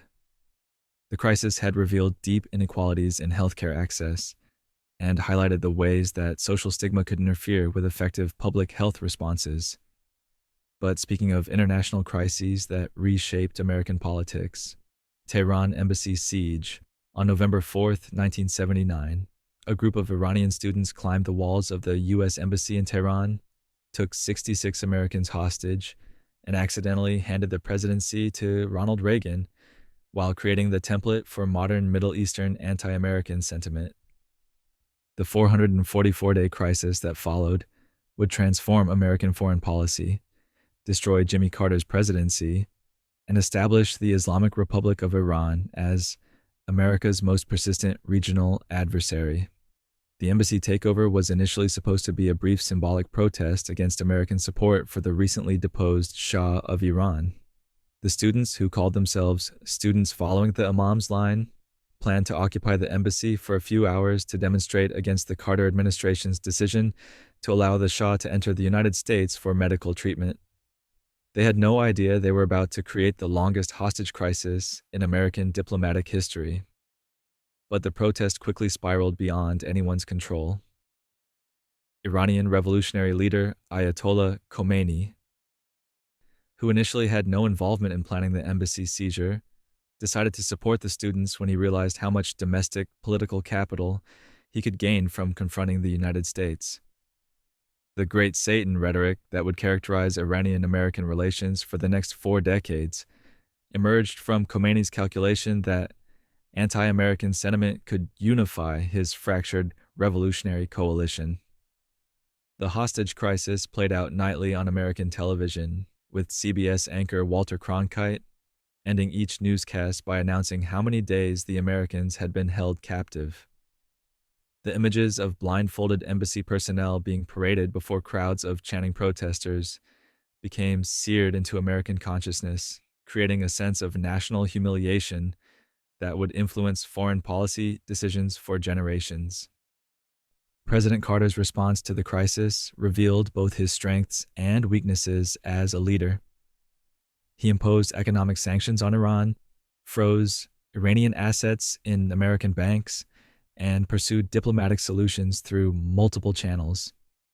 But his administration also seemed paralyzed by the crisis, unable to secure the hostages' release despite months of negotiations and increasingly desperate diplomatic efforts. The failed rescue mission of April 1980 epitomized Carter's presidency in the minds of many Americans. Operation Eagle Claw was supposed to be a daring nighttime raid that would extract the hostages from the embassy compound, but the mission fell apart when helicopters malfunctioned in the Iranian desert. 8 American servicemen died in the operation, and the rescue attempt had to be abandoned, leaving the hostages still captive and America looking weaker than ever. The crisis dominated the 1980 presidential campaign, with Republican candidate Ronald Reagan promising to restore American strength and credibility in the world. Reagan's campaign team may have secretly communicated with Iranian officials to discourage them from releasing the hostages before the election, though the evidence for this October surprise theory remains disputed. What's certain is that the hostage crisis made Carter appear weak and ineffective compared to Reagan's promises of American renewal. The hostages were finally released on January 20th, 1981, literally minutes after Reagan was sworn in as president. The timing was almost certainly deliberate, designed to humiliate Carter and signal that Iran viewed the new administration as more worthy of respect. Reagan got credit for ending the crisis without actually having done anything to resolve it, while Carter left office branded as the president who had allowed America to be humiliated by a third world theocracy. The long-term consequences of the hostage crisis extended far beyond domestic politics. The confrontation established the framework for U.S.-Iranian relations that persists today, a relationship characterized by mutual hostility, economic sanctions, proxy conflicts, and periodic threats of military action. The crisis also demonstrated how relatively small groups of determined actors could create international incidents with global consequences.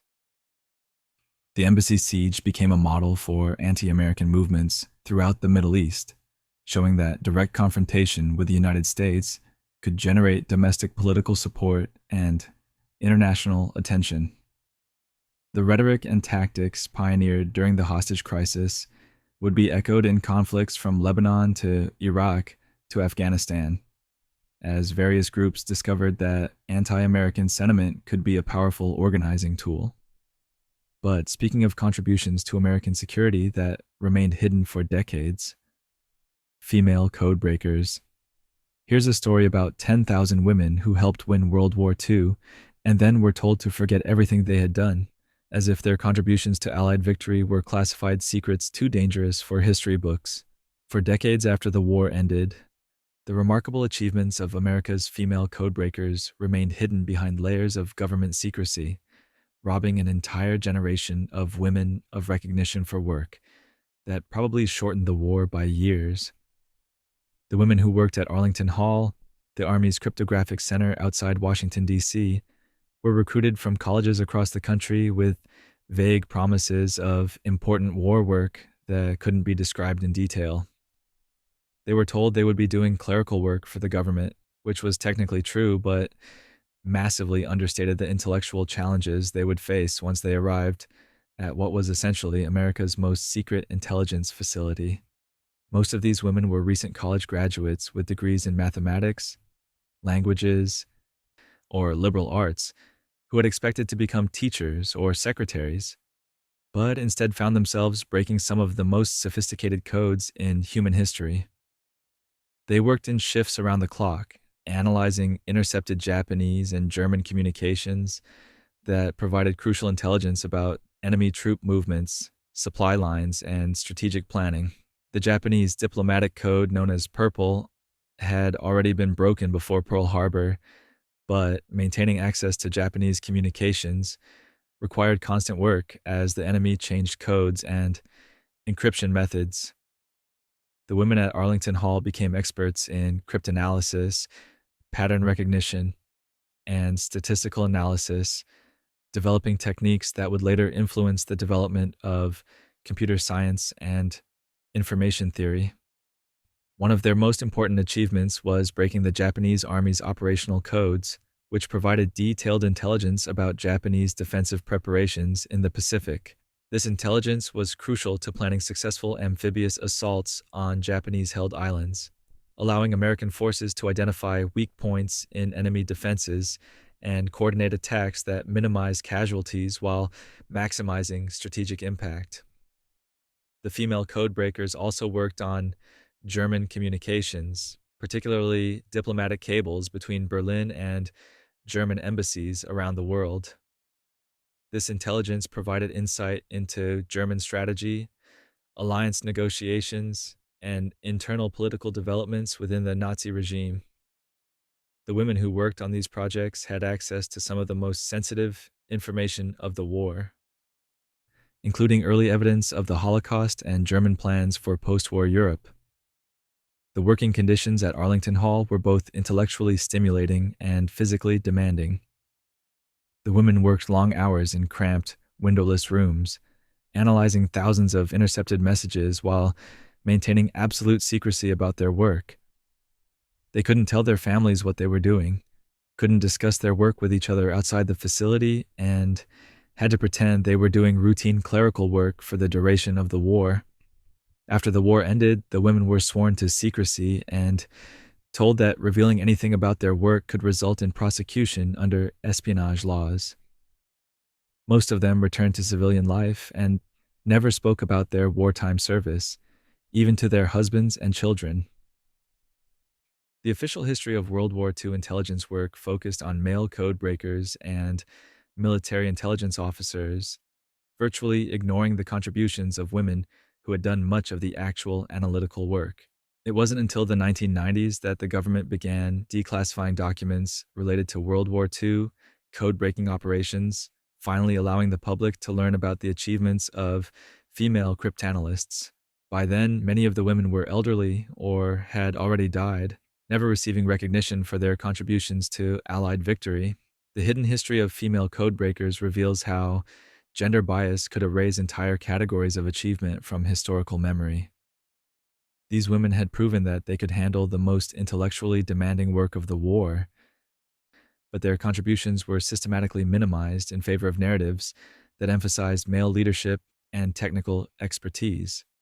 The eventual recognition of women's code-breaking achievements helped inspire new generations of women to pursue careers in mathematics, computer science, and intelligence analysis. Their story became a powerful reminder that women had always been capable of the highest levels of intellectual work, even when social conventions prevented them from receiving credit for their achievements. But speaking of technological innovations that created entirely new forms of entertainment, Edison's cat video. In 1894, Thomas Edison's laboratory produced what might be the most historically significant piece of entertainment ever created: a 15-second film of two cats wearing tiny boxing gloves and fighting each other. Boxing Cats was one of the first motion pictures designed purely for entertainment rather than scientific documentation, and it accidentally established the template for viral video content that would dominate internet culture more than a century later. Edison had been experimenting with motion pictures since the late 1880s, building on the work of photographers like Edward Muybridge, who had captured sequential images of moving subjects. But most early films were either scientific studies of locomotion or brief recordings of everyday activities like workers leaving a factory. The idea of creating fictional entertainment specifically for moving pictures was still so novel that nobody was quite sure what audiences would want to watch. The Edison Manufacturing Company's Black Maria studio in West Orange, New Jersey, was essentially a large black box designed to control lighting for film production. The studio could be rotated to follow the sun throughout the day, providing the intense illumination needed for the primitive cameras and film stock of the 1890s. It was in this strange, rotating building that some of the world's first movie stars performed for audiences they would never see. Boxing Cats featured two ordinary house cats dressed in miniature boxing gloves and encouraged to swipe at each other while standing on their hind legs. The film lasted exactly 14 seconds, the maximum length that Edison's early cameras could record on a single strip of film. But those 14 seconds contained all the elements that would make internet cat videos popular more than a century later. Cute animals, anthropomorphic behavior, and just enough absurdity to be entertaining without being disturbing.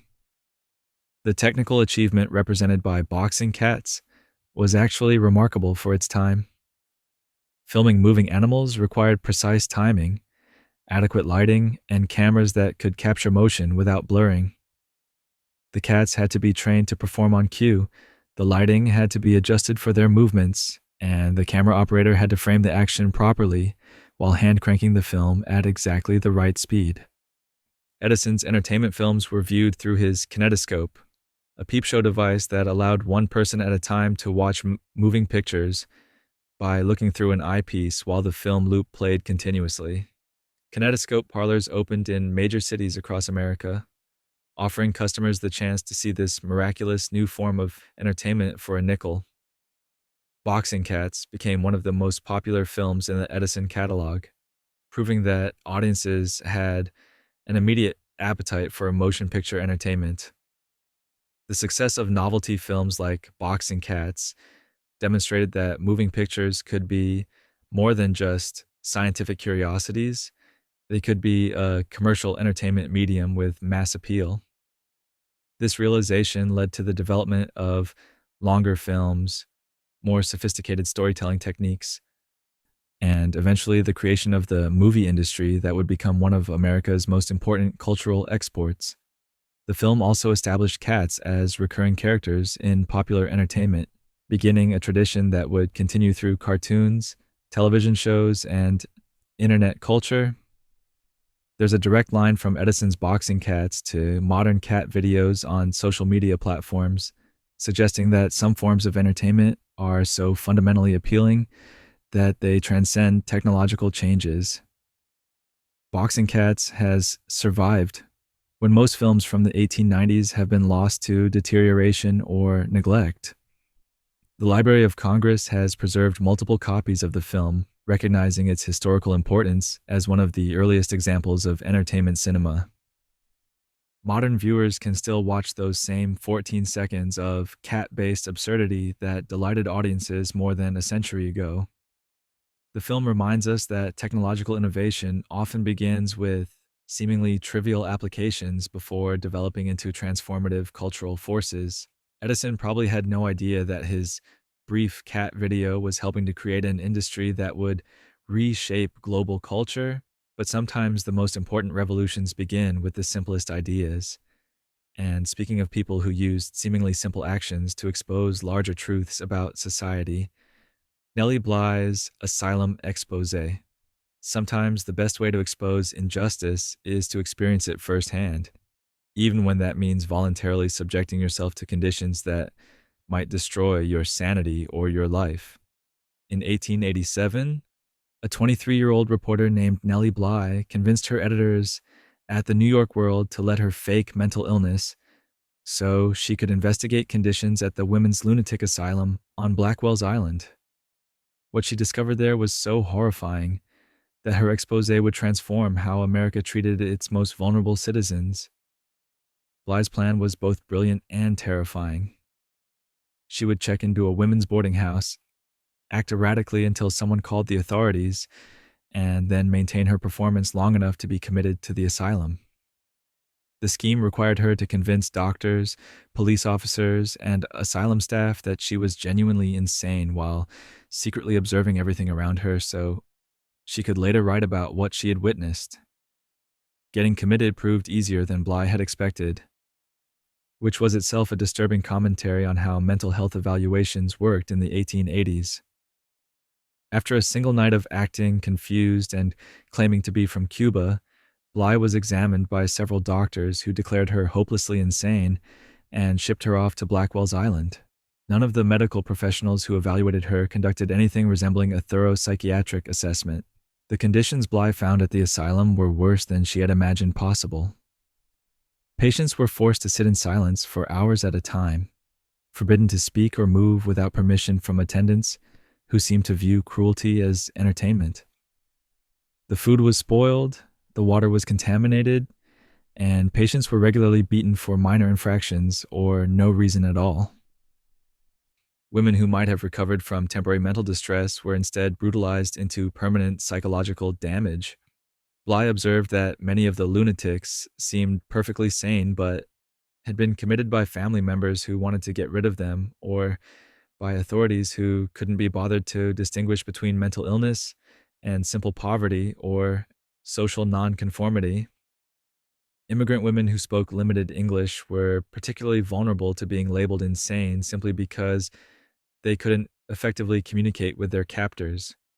After 10 days, Bly's editors arranged for her release by sending a lawyer to claim she had been misidentified. Her series of articles about the asylum, titled 10 Days in a Madhouse, caused a sensation when it was published in the New York World. The detailed descriptions of systematic abuse and medical neglect prompted a grand jury investigation that led to significant reforms in how mental health institutions were regulated and funded. Bly's expose helped establish investigative journalism as a legitimate form of public service, proving that reporters could drive social reform by documenting institutional failures. Her willingness to risk her own safety and sanity to expose injustice became a model for generations of journalists who would use undercover reporting to reveal corruption and abuse in institutions that operated beyond public scrutiny. But Bly wasn't finished pushing the boundaries of what women could achieve in an era that severely limited their opportunities. Nellie Bly's Global Race. 2 years after her asylum expose, Nellie Bly convinced her editors to let her attempt something that everyone said was impossible, traveling around the world in less than 80 days, beating the fictional record set by Phileas Fogg in Jules Verne's popular novel. On November 14th, 1889, Bly departed New York carrying only a small handbag and wearing a practical dress that would become her trademark outfit for the 72-day journey that would make her the most famous woman in America. The trip was partly a publicity stunt for the New York World, but it was also a serious test of whether modern transportation technology could actually achieve what Verne had imagined in fiction. Steamships, railways, and telegraphs had shrunk the world dramatically since the 1870s. But nobody had attempted to circumnavigate the globe on a tight schedule without extensive planning and supplies. Bly's journey took her from New York to London, then through France, Italy, Egypt, Ceylon, Singapore, Hong Kong, and Japan, before crossing the Pacific to San Francisco and racing back to New York by train. At each stop, she sent dispatches back to her newspaper describing the people she met, the transportation challenges she faced, and her observations about the different cultures she encountered during her whirlwind tour. The most remarkable aspect of Bly's trip wasn't just her speed, but her independence. Victorian social conventions dictated that respectable women should never travel alone, especially to exotic foreign destinations where they might encounter situations that proper ladies couldn't handle. Bly ignored these restrictions completely, navigating foreign countries, negotiating with ship captains, and solving logistical problems that would have challenged experienced male travelers. Her journey became a global media sensation, with newspapers around the world tracking her progress and reporting on whether she would succeed in beating Fogg's fictional time. The competition element added drama to what might otherwise have been just another travel story, turning Bly's trip into an international sporting event that captured public imagination in an era before radio or cinema provided mass entertainment. Bly completed her circumnavigation in 72 days, 6 hours, 11 minutes, and 14 seconds, beating Verne's fictional record by more than a week. Her return to New York was celebrated with parades and public speeches, making her a celebrity whose fame transcended journalism to become a cultural phenomenon. She had proven that a woman traveling alone could accomplish something that most people considered impossible. The success of Bly's around-the-world trip had implications far beyond personal achievement. Her journey demonstrated that modern transportation networks had made global travel accessible to ordinary people with limited resources and planning time. She had essentially created the template for what would later become adventure tourism and independent travel. The trip also challenged Victorian assumptions about women's physical and intellectual capabilities. Bly had navigated complex transportation systems, communicated across language barriers, and solved unexpected problems while maintaining the demanding schedule of a professional journalist filing regular reports.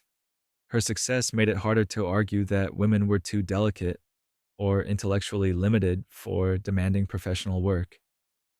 Bly's global celebrity opened doors for other women journalists and adventurers who followed her example of using their careers to challenge social limitations.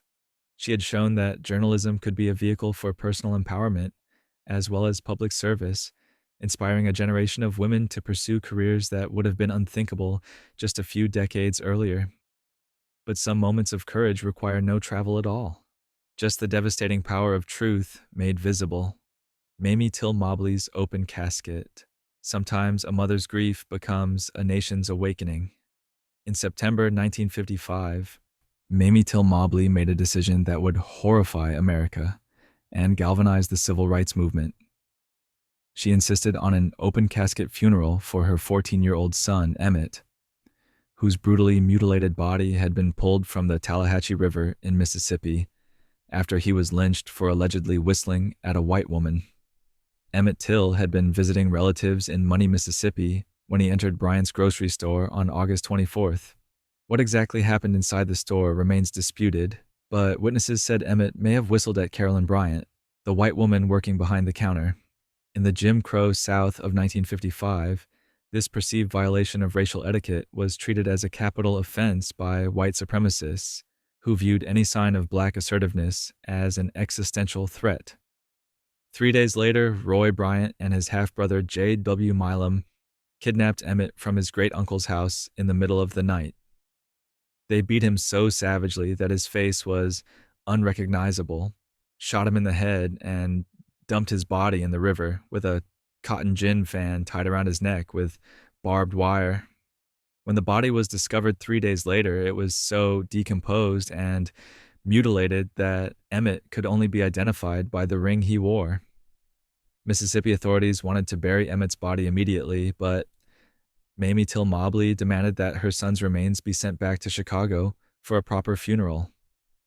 When the sealed casket arrived, she made the decision that would change American history. She opened it, looked at what had been done to her child, and decided that the world needed to see it too. The open casket viewing at Robert's Temple Church of God drew thousands of mourners who waited in long lines to witness the evidence of racial hatred. Jet magazine published photographs of Emmett's mutilated body that were so disturbing they had to be accompanied by warnings, but the images were reprinted in black newspapers across the country, forcing Americans to confront the reality of lynch law in the modern South. Mamie Till Mobley's decision to expose her son's body was an act of almost unimaginable courage. She had to overcome her own grief and trauma to transform her personal tragedy into a public statement about the cost of racial violence. By refusing to hide the evidence of what had been done to Emmett, she made it impossible for white America to pretend that lynching was a thing of the past. The impact was immediate and profound. Rosa Parks later said that she was thinking about Emmett Till when she refused to give up her seat on a Montgomery city bus just 3 months after his funeral. The Montgomery bus boycott, which launched Martin Luther King Jr.'s career as a civil rights leader, grew directly out of the outrage generated by Till's murder and his mother's decision to make that murder visible. Bryant and Milam were acquitted by an all-white jury despite overwhelming evidence of their guilt, but their later confession to Look magazine confirmed what everyone already knew. They had tortured and killed a child for violating the racial code of the segregated South. The acquittal demonstrated that legal justice was impossible under Jim Crow, strengthening arguments for federal intervention in civil rights cases. Mamie Till Mobley spent the rest of her life as a civil rights activist, speaking about her son's murder and the need for racial justice. She understood that her loss had become part of something larger than personal grief. It had become evidence that the system of white supremacy was morally bankrupt and had to be dismantled. But sometimes the most significant victories are the ones that happen after the fighting has officially ended. The battle that never was. Here's a story about the most important military victory that technically never should have happened. The Battle of New Orleans, fought on January 8th, 1815, 2 weeks after the Treaty of Ghent had officially ended the War of 1812. Andrew Jackson's crushing defeat of British forces became one of the most celebrated victories in American military history, despite being completely pointless from a strategic perspective and irrelevant to the war's actual outcome. The Battle of New Orleans happened because communication technology in 1815 moved at the speed of sailing ships rather than telegraph wires. The peace treaty had been signed in Ghent, Belgium, on December 24th, 1814, but news of the agreement wouldn't reach America for several more weeks. Meanwhile, British forces under General Edward Pakenham were preparing to capture New Orleans, while Andrew Jackson was organizing the city's defense with a ragtag army of regulars, militia, pirates, and free men of color. Jackson's defensive position was masterful. He placed his troops behind a canal with thick earthen ramparts that provided excellent protection from British artillery, while offering clear fields of fire across the open ground that attacking forces would have to cross. The British, meanwhile, were forced to assault these prepared positions across marshy terrain that made coordinated movement nearly impossible. The battle itself was a disaster for the British and a triumph for Jackson's defenders. Pakenham's frontal assault was shredded by accurate American artillery and rifle fire, with British casualties reaching over 2,000 dead and wounded, while American losses were fewer than 100. Pakenham himself was killed during the attack, along with most of his senior officers, leaving British forces leaderless and demoralized. The victory made Jackson a national hero and launched the political career that would eventually take him to the White House. Americans celebrated the Battle of New Orleans as proof that their young republic could defeat the greatest military power in the world, conveniently ignoring the fact that most of the War of 1812 had gone rather badly for the United States, and that Washington, D.C. had been burned by British forces just 5 months earlier. But the real significance of the Battle of New Orleans lay not in its military impact, but in its psychological effect on American national identity. The victory provided a triumphant ending to what had otherwise been an inconclusive and often embarrassing conflict. Instead of remembering the war as a series of strategic failures, punctuated by the humiliation of having their capital occupied, Americans could focus on Jackson's decisive victory and imagine they had won the entire conflict. The battle also created a powerful mythology about American military prowess that would influence foreign policy decisions for generations. The idea that American citizen soldiers could defeat professional European armies became a cornerstone of national identity, encouraging the expansionist impulses that would drive manifest destiny and westward expansion throughout the 19th century. Jackson's use of diverse forces, including free men of color and Jean Lafitte's pirates, demonstrated the kind of democratic coalition building that would later be romanticized as distinctively American. The reality was more complicated since Jackson showed little interest in racial equality or democratic participation after the immediate crisis had passed.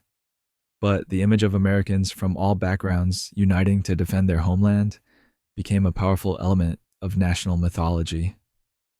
The Treaty of Ghent essentially restored the status quo ante bellum, leaving all the issues that had caused the war unresolved. But Jackson's victory allowed Americans to pretend they had achieved something more significant than a draw with the British Empire, providing the psychological foundation for the aggressive nationalism that would characterize American foreign policy throughout the 19th century.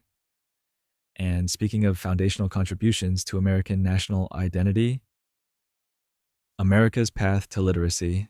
Before Noah Webster decided that Americans should spell differently from the British, the new nation had no standardized way of writing English, no unified educational system, and no shared literary culture that could bind together people from different regions and backgrounds. Webster's American Spelling Book, first published in 1783 and eventually known as the Blueback Speller, became one of the most influential textbooks in American history, teaching millions of children to read while simultaneously creating a distinctly American form of written English. Webster was a Connecticut school teacher who had become frustrated with British textbooks that used examples and references that meant nothing to American children. Why should students in rural Vermont learn to spell using sentences about English lords and ladies when they lived in a republic where such distinctions were supposedly meaningless? Webster set out to create educational materials that would reflect American values and experiences while establishing consistent rules for American spelling and pronunciation. The Blueback Speller was revolutionary in its approach to literacy education. Instead of focusing solely on rote memorization, Webster included moral lessons, patriotic stories, and practical vocabulary that American children would actually encounter in their daily lives. The book taught spelling through progressive difficulty levels, starting with simple two-letter words and gradually building to complex multisyllabic terms, creating a systematic approach to literacy that could be used effectively by teachers with limited training. Webster's spelling reforms were both practical and political. He simplified British spellings by removing unnecessary letters, changing color to color and center to center, arguing that American English should be as efficient and democratic as American government. These changes weren't just about convenience. They were assertions of cultural independence that reinforced America's political separation from Britain. The book's success was phenomenal. By 1890, an estimated 100 million copies of Webster's Speller had been sold, making it one of the best-selling books in American history. Nearly every American child who learned to read between 1790 and 1890 used Webster's textbook, creating a shared educational experience that helped forge national identity across regional and ethnic differences. Webster's influence extended beyond spelling to pronunciation and vocabulary. His textbooks helped standardize American speech patterns, reducing regional dialect differences that might have made communication between different parts of the country more difficult. The Speller taught a form of English that could be understood from Maine to Georgia, contributing to the linguistic unity that made possible everything from national newspapers to political campaigns. The moral content of Webster's textbooks also shaped American character in subtle but important ways. The book was filled with stories emphasizing virtues like honesty, hard work, and patriotism, teaching children not just how to read but how to be good American citizens. These lessons were absorbed by generations of Americans who learned their values along with their vocabulary, Webster's standardization of American English also had economic benefits. Publishers could produce books knowing that readers across the country would understand the same spelling and grammatical conventions, creating a national market for literature and newspapers. The linguistic unity that Webster helped create made possible the mass media that would bind together an increasingly diverse and geographically dispersed population.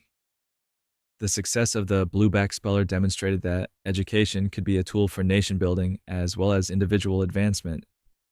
By teaching millions of Americans to read using a distinctly American textbook, Webster helped create the literate citizenry that democratic government required while establishing cultural traditions that would distinguish American society from its European origins. And there you have it. 25 hidden moments that shaped America in ways both profound and completely ridiculous. From rebellious mountain settlers playing government to socialites accidentally advancing feminism.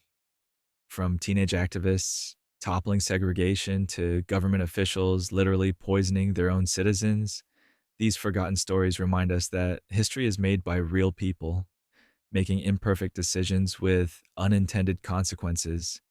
The next time someone tells you that the past was simpler or that our current problems are unprecedented, just remember, we're descended from people who used 17-pound gold nuggets as doorstops, let a widowed first lady run the country for over a year, and once banned onion trading because two guys got too creative with agricultural commodities. History isn't a series of inevitable events guided by brilliant leaders. It's a chaotic collection of weird accidents, stubborn individuals, and unintended consequences that somehow add up to the world we know today. So tonight, as you drift off to sleep, be thankful that you live in an era where your biggest worry probably isn't whether your doorstop is actually a fortune in gold. Sweet dreams, and remember, tomorrow's history is being written by people just as confused as everyone who came before them.